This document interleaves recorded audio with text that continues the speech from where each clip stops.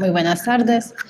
El día de hoy vamos a hablar acerca de las terapias extracorpóreas en la falla hepática. Mi nombre es Natalie Chavarriaga Ruiz, soy residente en nefrología pediátrica de la Universidad de Antioquia con el docente John Frey Nieto, que es nefrólogo del Hospital Pablo Tobón Uribe y docente de la Universidad de Antioquia. Entonces, antes de empezar a hablar acerca de las terapias de extracorpóreas para la falla hepática, tenemos que saber qué es la falla hepática, cómo es su fisiopatología y cómo se hace todo el manejo médico previo a iniciar ese tipo de terapias. Entonces, la falla hepática se caracteriza por un daño abrupto del hepatocito, el cual se puede dar dependiendo de su etiología en días o semanas, la cual se caracteriza por una alteración del estado de la conciencia que se da secundario al edema cerebral, a la alteración de la coagulación y a la ictericia. Es una patología que no es muy frecuente, tiene una incidencia de 1 en 1.000.000, con una mortalidad de un 30%. Las causas son múltiples, pero la principal causa de esta va a ser medicamentosa secundaria a la ingesta tóxica de paracetamol, seguido por el daño hepático secundario por medicamentos diferentes al acetaminofén y seguido por las infecciones virales hepatotrópicas, la isquemia y las enfermedades autoinmunes. Hay ciertas enfermedades que son hepáticas crónicas, las cuales se pueden agudizar, como la enfermedad de Wilson, la reactivación de la hepatitis B y las enfermedades autoinmunes. Adicionalmente, también hay otros escenarios que nos pueden llevar a falla hepática, como la inestabilidad cardiovascular, las susceptibilidades a procesos infecciosos, la falla renal aguda y el edema cerebral. Esta es una tabla que nos muestra cuáles son los otros medicamentos que nos pueden dar falla hepática aguda. Pueden ser analgésicos, antibióticos, antiepilépticos, drogas ilícitas y medicamentos naturales, los cuales, como podemos observar, van a tener un tiempo de instauración de la falla hepática muy variable, dependiendo pues cuál sea el fármaco que haya sido administrado. La mayoría de esas van a aparecer los síntomas posteriormente a una semana de la ingesta. Entonces, podemos decir que el tiempo de instauración es de la encefalopatía, es la que nos va a dar el punto para no decir de que la falla hepática es hiperaguda, aguda o subaguda. La falla hepática hiperaguda es la que se instaura en las primeras 6 a 36 horas después de la anoxia y la mayoría de las veces esta se da por la ingesta de acetaminofén. Y la aguda o la subaguda, esta se va a dar 7 días posterior al daño, y esta es particularmente más asociada a las enfermedades virales hepatotropas.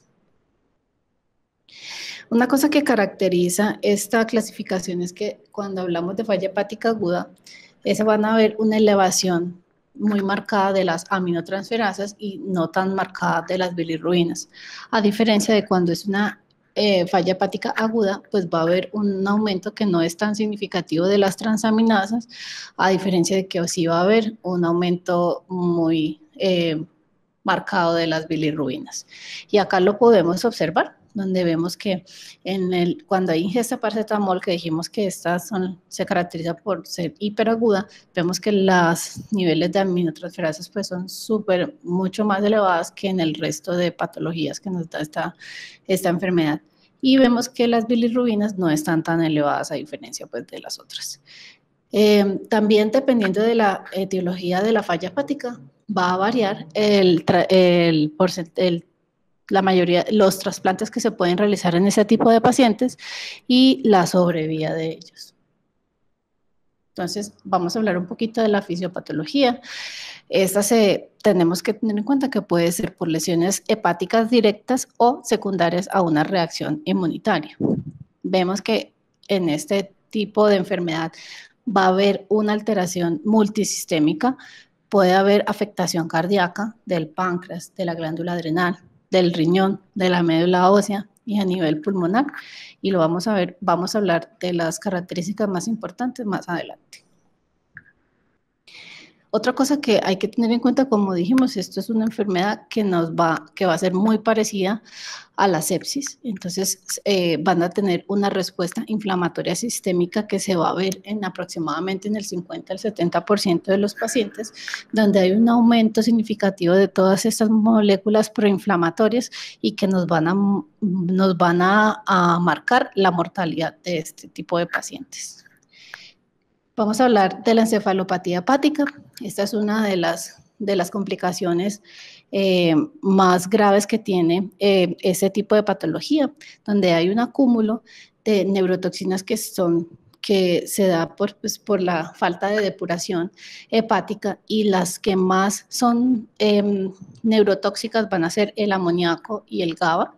La encefalopatía hepática se puede clasificar dependiendo de su severidad, dependiendo de cuál es la alteración del estado de conciencia y de otros signos neurológicos que nos pueden demostrar qué tan grave es.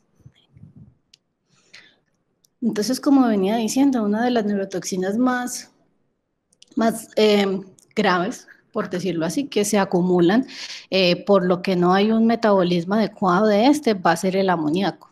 Normalmente este amoníaco no se va a poder convertir en urea, lo que va a hacer que este acúmulo va a aumentar el riesgo de presentar hipertensión endocraniana y encefalopatía, y ya vamos a ver por qué.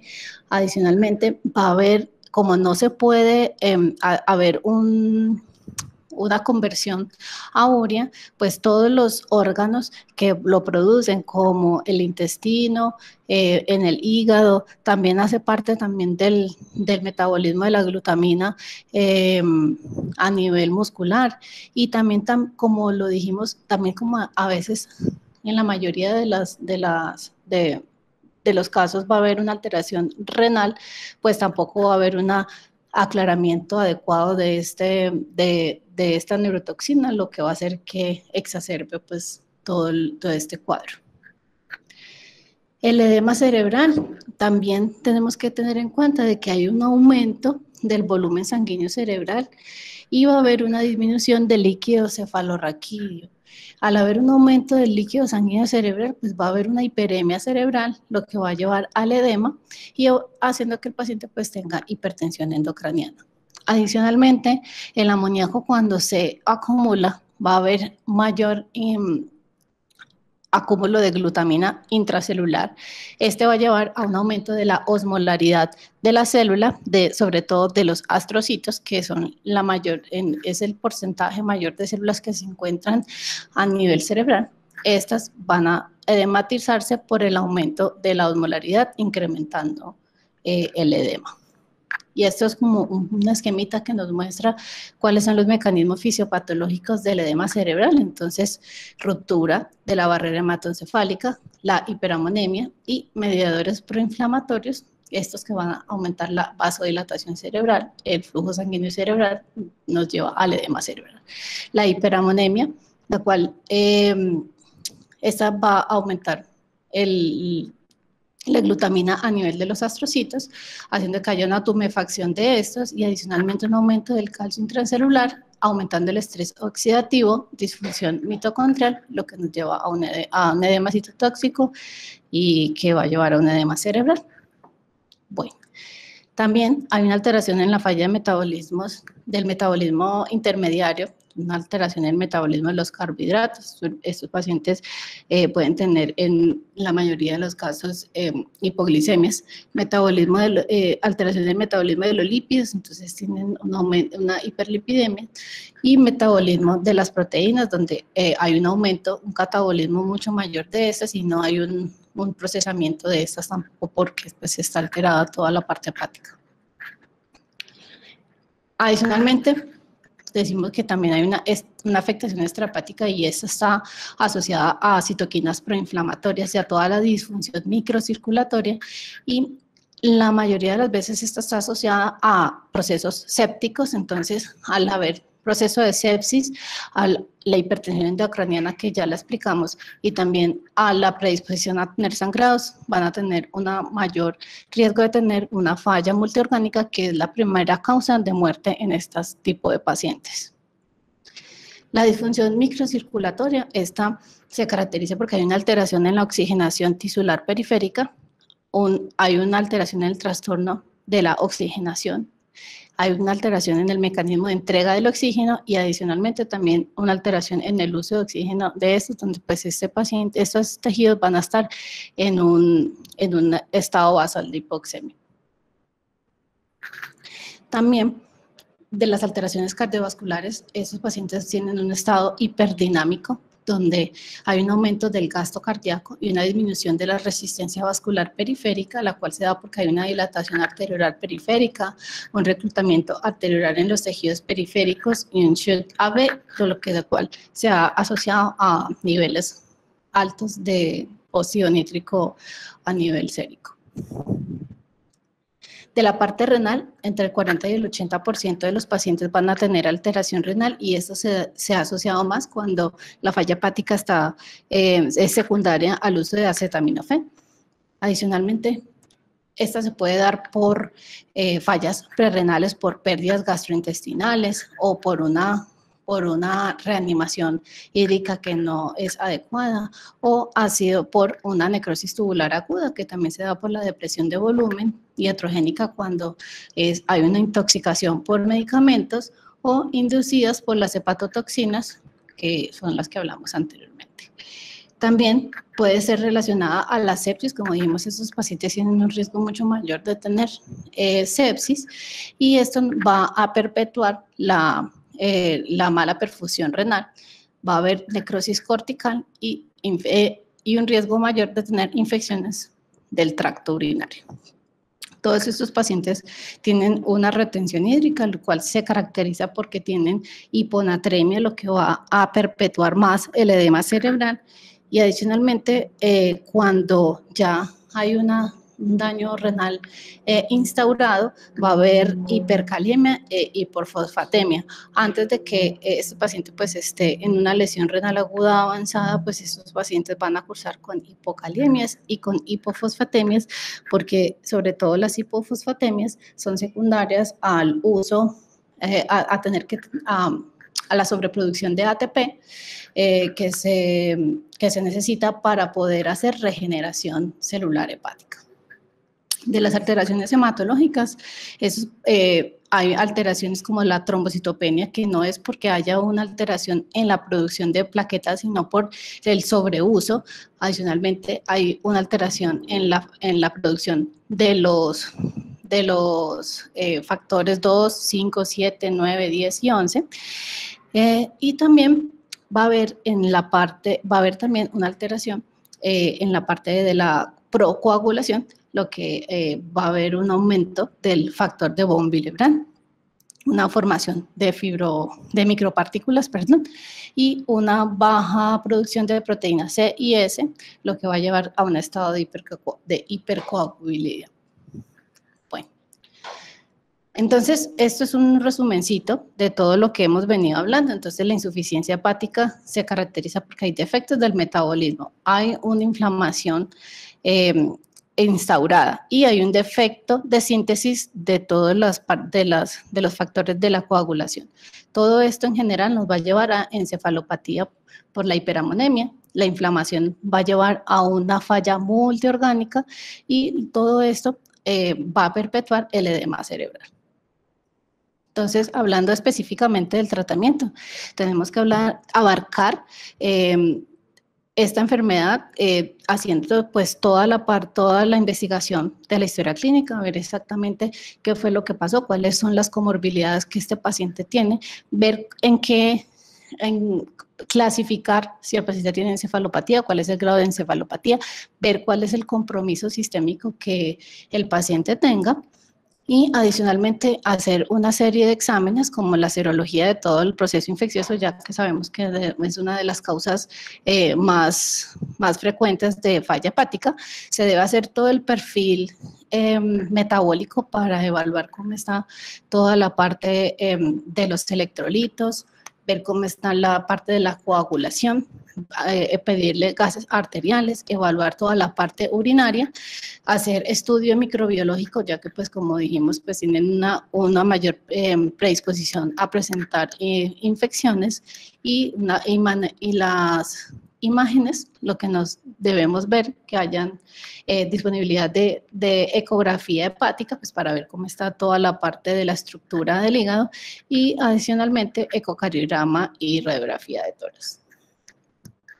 Básicamente el manejo va a ser dirigido a cuál sea la causa de la falla hepática y se deben corregir todas las alteraciones hidroelectrolíticas que se producen en esta enfermedad que pues ya lo hablamos previamente, y se debe hacer corrección de todas las alteraciones ácido-base que el paciente tenga. Se debe garantizar que haya una nutrición adecuada para que no se perpetúe el estado catabólico del paciente. Adicionalmente, tener muy en cuenta el manejo del edema cerebral, ya que esta es una de las complicaciones mayores de la enfermedad. Hacer todas las medidas para el manejo del edema, va a ser mantener tensiones arteriales medias entre 50 y 60, tener al paciente hiperventilado, con una PC2 entre 35 y 40, manejar una cabecera entre 20 a 30 grados y adicionalmente pues hacer correcciones de la presión intracraniana, hacer medidas directas de corregir la hiposmolaridad de los pacientes y hacer cuando ya en el momento en que ya no haya una corrección, pues hacer otro tipo de medidas que nos puedan ayudar a disminuir el edema cerebral. Existen unos esquemas que nos predicen pues, la mortalidad y el requerimiento de trasplante hepático. Vemos que la más conocida es el Kinch-Collett, los criterios de Kinch-Collett, la cual se va a clasificar dependiendo de la causa de la falla hepática. Habla de los que son secundarios a acetaminofén y los que no son es por acetaminofén, y siempre van a tener en cuenta cómo está la parte ácido-base, si el paciente está con un pH menor de 7.30 o tiene alguno de los siguientes que serían un PT mayor de 100, un INR mayor de 6.5, una creatinina mayor de 3.4 o una encefalopatía grado 3. Cuando no es por acetaminofén, tiene en cuenta el PT, que esté por mayor de 100, un INR mayor de 6.5 o que tenga 3 de los siguientes, que sería que sea por causa de medicamentos, que sea que no sea por hepatitis viral A o B, o por otras causas medicamentosas. También ictericia que nos haya llevado a la encefalopatía por más de 7 días, que tenga menos de 10 años o más de 40 años, un PT mayor de 50 o bilirrubina por encima de 17. Y adicionalmente se han tenido en cuenta otros criterios que también nos pueden guiar a que este paciente pues necesite un trasplante. Por ejemplo, en la biopsia hepática, ver que si hay una necrosis mayor del 70%, pues este paciente es candidato a hacerse un trasplante. Hablando específicamente ya de los tratamientos extracorpóreos, ya tenemos abarcamos como todo lo que da la falla hepática, pues vamos a entender mejor cómo se usan y por qué se usan. Entonces, lo ideal es que este tipo de terapias extracorpóreas nos lleven a suplir todas las funciones hepáticas, o sea, la oxidación, la desintoxicación, la biotransformación, la excreción, la síntesis de proteínas y la modulación inmunitaria hormonal. No hay ninguna terapia extracorpórea que nos haga todo este tipo de funciones que hace el hígado. Sin embargo, como lo más importante es hacer la desintoxicación, se han tratado de crear ciertas terapias o ciertas máquinas que nos puedan llevar a una depuración de todos estos tóxicos. Existen más de 500 toxinas que se dan por no tener una adecuada función hepática, pero las más importantes y las que deberían ser depuradas son el amonio, la urea, los ácidos biliares, los aminoácidos aromáticos, el nitrato reactivo, especies de nitritos y mediadores proinflamatorios como el factor de necrosis tumoral y familias de las interleuquinas. Entonces, la dificultad que se ha tenido para desarrollar un dispositivo de soporte hepático extracorpóreo eficaz es la variación de los pesos moleculares de todas estas toxinas, el grado de unión de ellas a las proteínas y los volúmenes de distribución. Bueno, entonces, hablando específicamente cuándo se debe mandar este tipo de terapias, tenemos que tener en cuenta que se mandan cuando hay una falla hepática aguda o una falla hepática aguda sobre crónica, una encefalopatía hepática o intoxicación por fármacos que se unen a las proteínas. Normalmente todas estas van a ser un puente hasta que se pueda lograr el trasplante, que sean también un puente a la recuperación o sean potencialmente que ayuden a aliviar todos estos síntomas que los pacientes tienen, sobre todo pues la encefalopatía y también el prurito que está asociado a la falla hepática. Las contraindicaciones para realizarlas van a ser hemorragias no controladas, que hay una inestabilidad hemodinámica grave, septicemia no controlada, CID o una trombocitopenia grave. Entonces existen dos enfoques, está el soporte hepático artificial y el soporte bioartificial. El soporte artificial van a estar clasificado por compuesto por la diálisis de paso simple, por el sistema de recirculación absorbentes moleculares, el Prometheus, el intercambio plasmático terapéutico y la terapia de intercambio de plasma selecto. Y los dispositivos bioartificiales, que es el Hepat-Assist, el sistema hepático extracorpóreo modular, el dispositivo de asistencia hepática extracorpórea y el hígado bioartificial del reservorio esferoide. Y el día de hoy voy a hablarles específicamente de los dispositivos artificiales. Entonces, básicamente está apoyado por toda la estructura que se tomó para hacer una terapia de reemplazo renal. La idea es que se haga un aclaramiento de todas las toxinas, pero ya no lo vamos a ver porque el paciente tenga una falla renal aguda, sino porque ahí está la falla hepática. Entonces, usan los mismos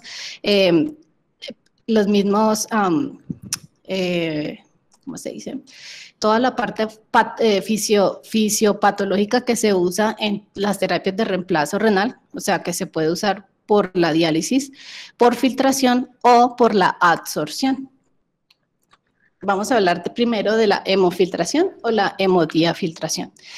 Entonces, este tipo de terapias se van a basar igual como las terapias de reemplazo renal continuas. Ellas van a hacer una depuración de estas toxinas que están acumuladas. Normalmente van a tener un alcance, un límite de un poro de 60 kilodaltons, donde la albúmina no puede traspasar este tipo de membranas. Solamente va a haber un traspaso de moléculas solubles al agua y una depuración, un aclaramiento de las moléculas que sean pequeñas o que sean medianas. Estas se van a filtrar por medio de técnicas de alto volumen y normalmente esas van a modular las citoquinas inflamatorias que se encuentran secundarias a toda la respuesta inflamatoria sistémica y va a mejorar el estado hemodinámico y neurológico del paciente. El amonio tiene un peso molecular de 17.03 gramos por milmol, lo que pues se va a poder depurar adecuadamente con este tipo de técnicas, y para que haya un adecuado aclaramiento de esta molécula va a depender del volumen, del flujo sanguíneo, del flujo del dializante y del dializador que sea de alta eficiencia. Y acá lo podemos ver, entre que haya un flujo mucho más alto de dializante, vemos que va a haber mucho mayor aclaramiento del amoníaco, y acá lo vemos que cuando se usa un flujo del dializante por encima de 800, vemos que el aclaramiento es mucho mayor cuando se usa esta modalidad. Acá también vemos que cuando el filtro tiene un área de superficie mucho más grande, pues también va a haber un mayor aclaramiento del amoníaco.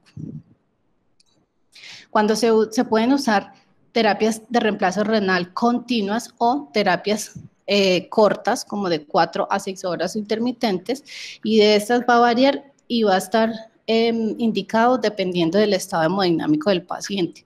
Si el paciente está estable hemodinámicamente, podemos usar flujos sanguíneos entre 400 y 500, los cuales nos van a dar una depuración adecuada del amonio, y unos flujos de dializantes de 800 mililitros minuto, los cuales el problema de esto es que hay un efecto de rebote y otra vez los niveles de amonio vuelven a estar elevados posteriormente a que se termine la diálisis. Cuando se usan terapias de reemplazo renal continuos, que el paciente está hemodinámicamente inestable o esté cursando ya con un edema cerebral grave, se deben usar este tipo de técnicas con un flujo sanguíneo de entre 250 a 300 y con un flujo de dializante entre 500 a 600 mililitros minuto. Y acá vemos en este diagramita específicamente en falla hepática. Cuando estamos hablando de que un paciente tiene niveles de amonio por encima de 200, se debe considerar usar la modalidad de hemodiafiltración, y esta se va a dividir en 2 fases, por decirlo así. Primero, cuando se inicia la terapia, se debe empezar con un flujo dializante que sean de 5.000 mililitros hora, con una dosis renal de 90 mililitros kilo hora hasta que el amonio esté por debajo de 100, y después continuar con un flujo dializante de 500 mililitros hora con una dosis de 35 mililitros kilo hora. Y acá vemos que en este estudio hablaron acerca de las terapias de reemplazo renal continuos que estaban asociadas a la disminución de la mortalidad y a los niveles de amonio séricos. Vemos acá que la mortalidad sí se disminuyó aproximadamente en un 60% de los pacientes que se les hizo este tipo de terapias y fueron libres de tener que realizarles un trasplante renal. Adicionalmente vemos que los niveles de amonio bajaron significativamente cuando se usó la terapia de reemplazo renal continua, a diferencia de usar la intermitente o no usar terapia de reemplazo renal. También vemos que la dosis renal que se use también va a determinar el aclaramiento del amonio. Entonces, de usar mayores volúmenes a 90 mililitros kilo hora, vemos que hay un mayor aclaramiento de amonio, a diferencia del cuando se usan dosis bajas, que también hay un aclaramiento, pero no es tan alto como se da cuando se usan dosis mucho más altas. ¿Cuándo se deben descontinuar este tipo de terapias? Cuando ya los niveles de amonio estén por debajo de 150 y que se mantengan y que el paciente ya no tenga alteración del estado mental. O si hay un estado, y se deben también descontinuar cuando el estado mental del paciente no mejora o empeora después de 48 horas de empezar esta terapia de manera efectiva. Bueno, entonces ahora vamos a hablar de la plasmaféresis. Primero que todo, les tengo que aclarar que los tipos de terapias de reemplazo renal continuas no son las de primera elección, se usan más en niños que en adultos, y en adultos se pueden usar si no tenemos disponibilidad de las otras terapias de las que vamos a hablar posteriormente. Bueno, la plasmaféresis. Entonces, la plasmaféresis, recordemos que es un intercambio de plasma. Se usan las mismas máquinas de terapia de reemplazo renal continua con un filtro que sea para plasma, y se reemplaza el plasma o la albúmina en una relación de 1 a 1. Lo que vamos a hacer es que se va a eliminar las toxinas y las citoquinas que se encuentran acumuladas a nivel sanguíneo. Entonces, al haber intercambio específicamente de plasma, se han hecho estudios donde se ha encontrado que mejoran la parte hemodinámica, mejoran la encefalopatía y el requerimiento a largo plazo de vasopresores. Y acá vemos cuál sería como el mecanismo de acción que tiene la plasmaféresis. Entonces vemos que estos pacientes, al tener falla hepática y una muerte sin mucho mayor de hepatocitos, lo que va a hacer que aumenten los DAMPs, aumentando la activación de macrófagos, lo que va a perpetuar el edema y también el daño tisular. Va a hacer que haya una activación de citoquinas y todos los agentes proinflamatorios, lo que va a hacer que haya perpetúe toda esta cascada inflamatoria. Y al realizarse la plasmaféresis va a haber una remoción de todos estos DAMPs, lo que va a hacer que haya una disminución de todas estas citoquinas proinflamatorias, atenuando toda la respuesta de monocitos y de neutrófilos, disminuyendo la extravasación de neutrófilos y disminuyendo la inflamación y el daño tisular. La plasmaféresis, recordemos que se hace por recambios de volumen plasmático y dependiendo de la cantidad de volúmenes plasmáticos que se recambien, va a haber un porcentaje de remoción. Normalmente en este tipo de patologías se hace recambios entre 1 y 1.5 que van a equivaler entre un 65 y un 75% de remoción. Y acá vemos las recomendaciones del uso de la plasmaféresis en las últimas guías que se publicaron de plasmaféresis. Vemos que la indicación para falla hepática aguda va a tener una categoría 1, usar plasmaféresis en alto volumen, y la plasmaféresis convencional tiene una recomendación de categoría 3. Vemos que los recambios van a ser entre 1 y 1.5 y cuando se usa la plasmaféresis de alto volumen se debe llevar a una meta de recambio entre 8 a 12 litros por terapia.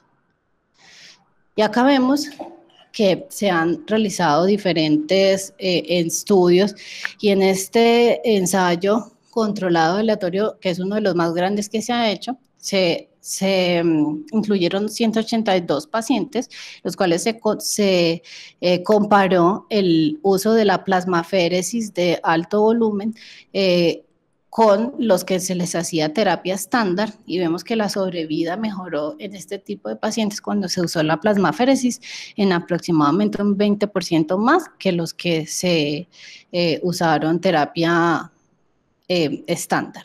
Y vemos también que se asoció en este mismo estudio a que al realizar plasmaféresis una disminución significativa de todas estas moléculas proinflamatorias que veníamos hablando, como el factor de necrosis tumoral, la interleuquina 6 y CD163, CD64 y el CCR7. También, hablando específicamente de la falla crónica agudizada, se encontró que el uso de la plasmaféresis favorecía o disminuía la mortalidad de estos pacientes, o sea que mejoraba la sobrevida en el momento en que se usaba este tipo de terapias. Bueno, ahora vamos a hablar de los enfoques basados en diálisis de albúmina. Recordemos que la albúmina, este va a ser el medio de transporte que vamos a usar en este tipo de terapias y específicamente la albúmina está afectada en la falla hepática. Normalmente tiene muchas funciones, va a ser parte de manejar toda la presión oncótica a nivel intravascular, nos va a ayudar a la unión y al transporte de toxinas y de hormonas. Esta también va a ayudar a la función antioxidante, es inmunomodulador, a la función antitrombótica y a la estabilización del endotelio. Y ahora, básicamente, vamos a tener en cuenta pues, que en este tipo de terapias lo más importante es la unión y el transporte de todas estas toxinas. Recordemos que el peso de la albúmina es de aproximadamente 69 kilodaltons.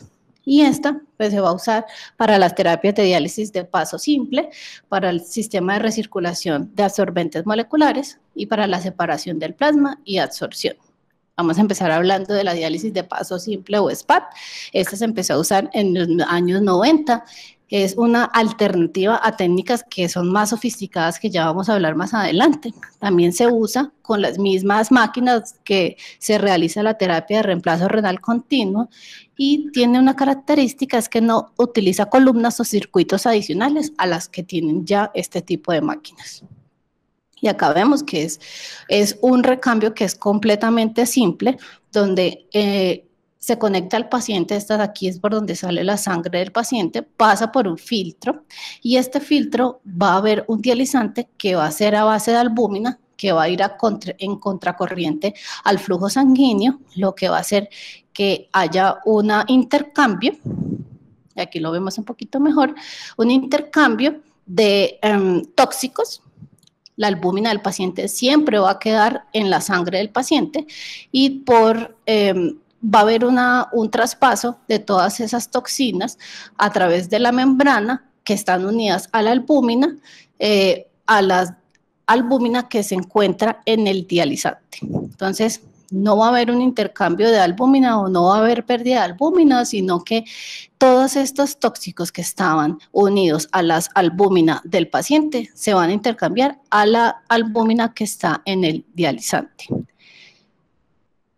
Bueno, entonces, después de haber hablado de cómo actúa o cómo podemos hacer este tipo de modalidad, tenemos que saber que este tipo de modalidades son muy costosas, ya que, como vimos, el tipo de albúmina, la albúmina que se usa como dializante, necesitamos altos volúmenes para poder hacer un aclaramiento adecuado, y acá lo podemos observar en este estudio, que entre más concentración de albúmina, o sea, entre más porcentaje sea de albúmina, vemos que va a haber un mayor aclaramiento de este tipo de toxinas, en especial de la bilirrubina. Entonces, con concentraciones de albúmina de 3.2%, se encontró que pues, había un aclaramiento adecuado de todas estas toxinas, pero se necesitan flujos de dializantes de aproximadamente 1000 mililitros hora para que se pueda hacer un aclaramiento adecuado. Normalmente se usan filtros de alto flujo con una membrana de polisulfona. Y acá también vemos como mostraban también que el flujo, lo que les dije ahorita, que con un flujo de aproximadamente de 1000, es que se hace un aclaramiento mucho mayor, a diferencia cuando se usan flujos menores. También acá vemos en este estudio que el uso de este tipo de terapias no tiene ninguna diferencia es significativa cuando se compara la terapia SPAT, que es la que estamos hablando en este momento, con la MARS, que ya la vamos a hablar, es la terapia siguiente que vamos a conversar. Vemos que se caracterizan porque aumenta el porcentaje de capacidad de unión a la albúmina, o sea que esto mejora disminuye todos esos tóxicos que se encuentran pegados a la albúmina del paciente, y adicionalmente va a disminuir significativamente los ácidos biliares y las bilirrubinas con los dos tipos de terapia. Entonces, las ventajas de usar este tipo de terapia es que es muy fácil de usar. Solamente con la terapia de reemplazo renal continua se puede usar este tipo de terapias, pero las desventajas que existen es que uno, pues todavía no se sabe cuáles son las ventajas de usar el SPAT con la sobrevida. O sea, no hay estudios que demuestren que a largo plazo aumente la sobrevida de este tipo de pacientes. Es mucho más costoso. No sabemos exactamente, no hay un régimen que nos diga cuál es la concentración de albúmina exacta que se debe usar en ese tipo de pacientes. Y el flujo de dializante tampoco hay un régimen que esté establecido para decir cuánto sería el flujo ideal. Bueno. Vamos a hablar ahora acerca del sistema de recirculación de absorbentes moleculares, o el MARS. Esta es una técnica donde también va a haber un dializante. El filtro va a estar impregnado por un dializante que tiene albúmina, y al igual que en el SPAT, va a haber un intercambio solamente de todos estos tóxicos que se encuentran unidos a la albúmina plasmática del paciente.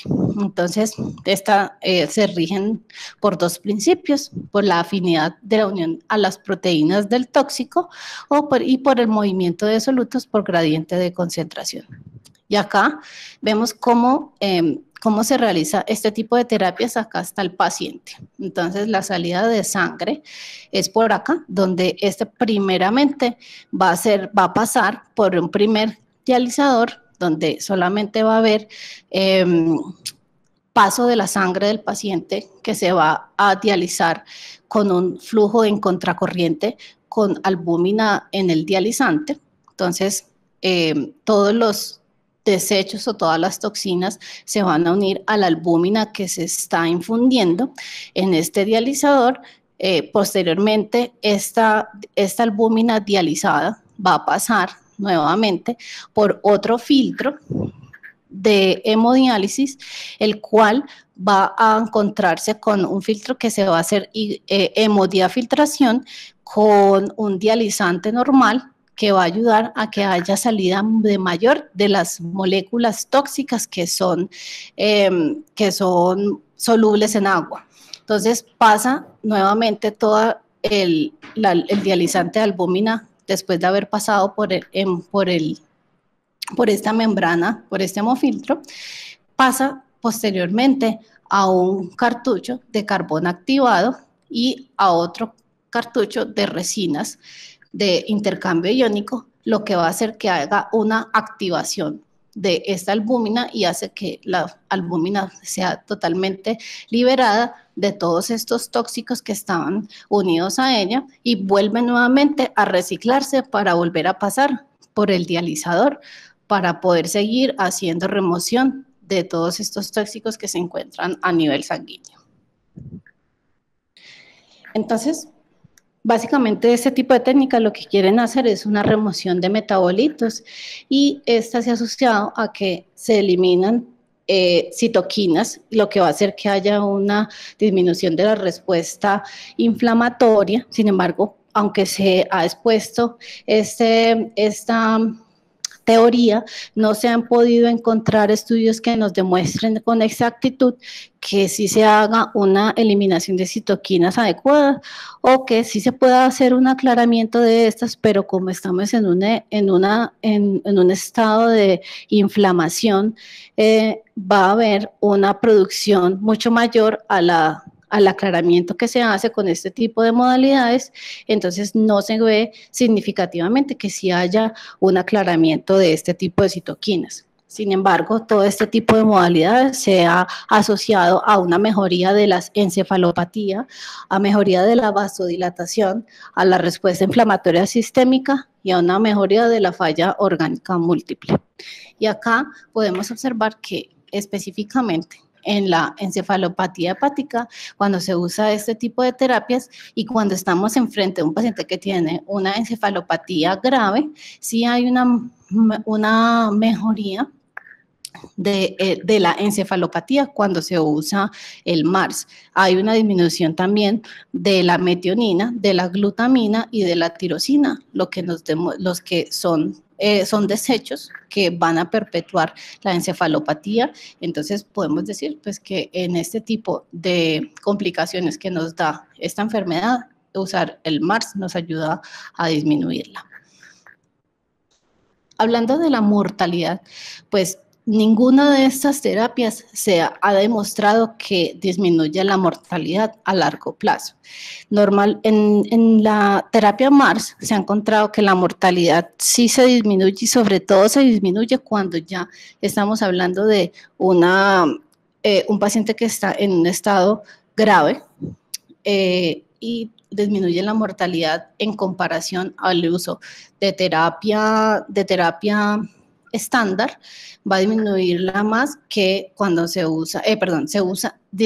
disminuye más la mortalidad cuando se usa este tipo de terapias en comparación con la terapia estándar. Y también se ha asociado a que disminuye los síntomas de prurito en estos pacientes. Vemos que cuando se usan va a disminuir significativamente, inmediato se hace la terapia, todos los síntomas, y también los disminuye en el tiempo a 30 días posterior al uso de la terapia. Entonces, se han realizado múltiples estudios y, como les dije, no se ha encontrado en el pasar del tiempo que que este tipo de terapias mejore el desenlace de los pacientes a largo plazo. La mayoría de estos estudios se han hecho para evaluar el desenlace de ellos a más de 28 días, donde no se ha encontrado, en algunos sí, en algunos no, pero en la mayoría no, tienen una mejoría.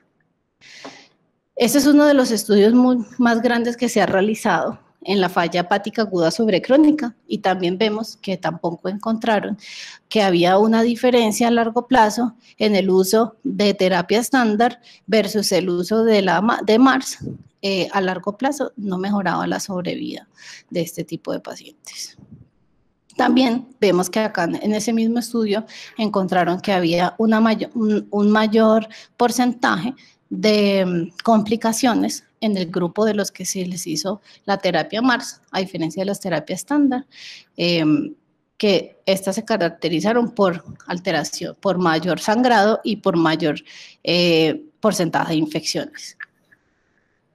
Entonces, las guías para el uso de este tipo de terapias, entonces para nosotros definir que vamos a iniciarlas es tener unas bilirrubinas por encima de 17 miligramos y que tenga una de las siguientes, que tenga encefalopatía grado 2 o mayor o que tenga un síndrome hepatorrenal.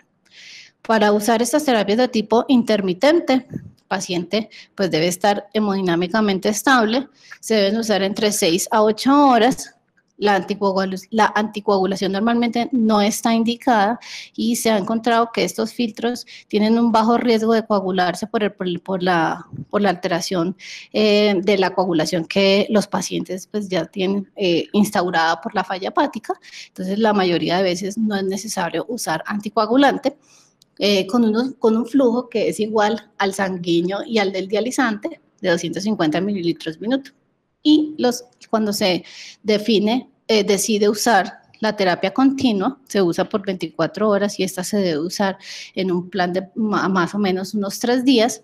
Y también se usa a flujos de 180 a 200, igual en el flujo sanguíneo y en el del dializante. Debemos pensar ya en suspenderla cuando ya ha pasado 3 días del tratamiento y que el paciente tenga unas bilirrubinas por debajo de 12 y haya una resolución de la encefalopatía. Bueno, ahora vamos a hablar de otra técnica que es la Prometheus. Esta básicamente se caracteriza es porque no hay una infusión de albúmina como la hemos visto en las otras modalidades, sino que hay un aclaramiento o una depuración de toxinas, pero por la misma albúmina del paciente, donde la sangre del paciente pasa por un filtro, primero por el primer absorbente que van a hacer, igual como lo vimos en la MARS, uno de resinas y el otro de carbón activado, lo que va a hacer que haya un aclaramiento de todas estas toxinas y liberación de todos los puertos o todos los receptores de la albúmina para poderse unir nuevamente a las toxinas. Posteriormente, al pasar por este filtro, va a pasar por un filtro de hemodiálisis normal, lo que nuevamente la sangre del paciente retorna al cuerpo, haciendo que pues todos los sitios de unión de la albúmina estén libres para que se unan nuevamente y vuelvan a ser depuradas. Normalmente ese tipo de terapias nos va a eliminar bilirrubinas, ácidos biliares, amonio, urea, creatinina. Va a tener una membrana, un punto de corte de 250 kilodaltons para que pueda pasar de la albúmina este tipo de membranas. Y adicionalmente se ha encontrado que depura muy bien la glutamina, la fenilalanina, la tirosina y el triptófano, que son neurotóxicos que se acumulan en este tipo de patologías. Entonces se ha encontrado que mejora todas las variables hemodinámicas, mejora la tensión arterial media, el volumen sistólico, la resistencia sistémica, y esto lo han asociado a que hay una eliminación mucho mayor de óxido nítrico, al igual que en el MARS y en el Prometheus. Vemos acá en este estudio donde se usó el Prometheus, vemos que la depuración o el aclaramiento, perdón, de las bilirrubinas es estadísticamente significativo. También hay una disminución del amonio y de los niveles de urea posterior al uso de este tipo de terapias. Vemos que también se ha encontrado que hay un aclaramiento mayor de todas estas citoquinas y todos los agentes proinflamatorios, y se ha encontrado que hay un aumento de los niveles del factor de crecimiento de hepatocitos, lo que nos va a ayudar a que haya una regeneración mucho más rápida de la parte hepática cuando se usa este tipo de modalidades. Y también este fenómeno se ha visto cuando se usan las terapias de Mars. Bueno, al igual que en las terapias que hemos hablado anteriormente, no se ha encontrado que haya un desenlace que nos lleve a una mayor sobrevida con el uso de este tipo de modalidades en el tiempo. Como lo dijimos ahorita, pues la anticoagulación en general con estas modalidades normalmente van a ser libres de anticoagulante. Si requiriéramos un uso del anticoagulante, podríamos usar heparina no fraccionada o hacer uso del citrato, pero cuando tengamos podamos hacer seguimientos de laboratorio frecuentes para poder evaluar que no vayan a haber mayores alteraciones a nivel sanguíneo. Entonces, existen estudios donde se han comparado todas esas terapias que hemos venido hablando, la plasmaféresis, el MARS o el SPAT y el Prometheus, y vemos que en general ellos se han asociado a que disminuyen ellos se han asociado a que o sea, el uso de todas esas terapias van a mejorar la sobrevida de los pacientes, pero vemos que aquí, en general, acá vemos que cuando se usa en falla hepática crónica agudizada, pues no hay una relación que nos diga que sí que sí mejora la mortalidad de los pacientes. Y acá ellos hicieron una comparación ya de otras características y vemos que para los pacientes que tienen falla hepática aguda y hepática crónica agudizada, la sobrevida pues no hay una relación que sea homogénea para decir que sí mejora la sobrevida, tampoco lo han asociado a una mayor sobrevida al trasplante posterior al realizarse pues el trasplante hepático. Tampoco vemos que en la falla hepática aguda se hayan relacionado exactamente que haya una mejoría de la encefalopatía, aunque pues vimos algunos estudios que sí lo habían asociado a mejoría. Y sí se vio que tenía mejoría cuando hay una falla hepática crónica agudizada. Mejoría de las bilirrubinas, en general no encontraron que si hubiese en la mayoría de los estudios mejoría de las bilirrubinas, pero pues lo observamos en algunos que sí. Y vemos que la parte hemodinámica sí se mejoró un poco más en los pacientes que tenían falla hepática agudizada. Y para terminar acá, esto es una comparación de todo lo que hemos venido hablando. Vemos que la mayoría de todas van a tener un soporte hepático, no todas van a tener un soporte renal. La plasmaféresis no tiene soporte renal. Vemos que todas van a tener un costo elevado en su uso. La que menos cuesta va a ser la plasmaféresis y va a ser la que va a estar mucho más disponible. En conclusión, pues el hígado es un órgano altamente complejo con muchas funciones metabólicas, de depuración, función inmunológica y hormonal. Se ha desarrollado múltiples dispositivos artificiales de soporte hepático extracorpóreo sobre la base del tratamiento renal sustitutivo convencional con y sin tecnología basada en la albúmina, que nos ha ayudado a depurar todo este tipo de toxinas. Los dispositivos artificiales son efectivos para eliminarlas con insuficiencia hepática aguda y crónica, pero falta evidencia para demostrar el impacto positivo en la sobrevida de estos pacientes usando este tipo de terapias. Muchas gracias.